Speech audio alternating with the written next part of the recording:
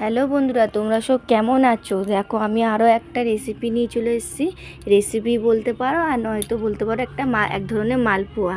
তো দেখো, মালপোয়ার জন্য এখানে পাকা কলা নিয়ে নিয়েছি। তো পাকা কলাটা আমি নিয়ে এসেছিলাম, তো ভাবলাম আজকে পাকা কলা দিয়ে করি। একবার পাকা কলা ছাড়াও করেছিলাম।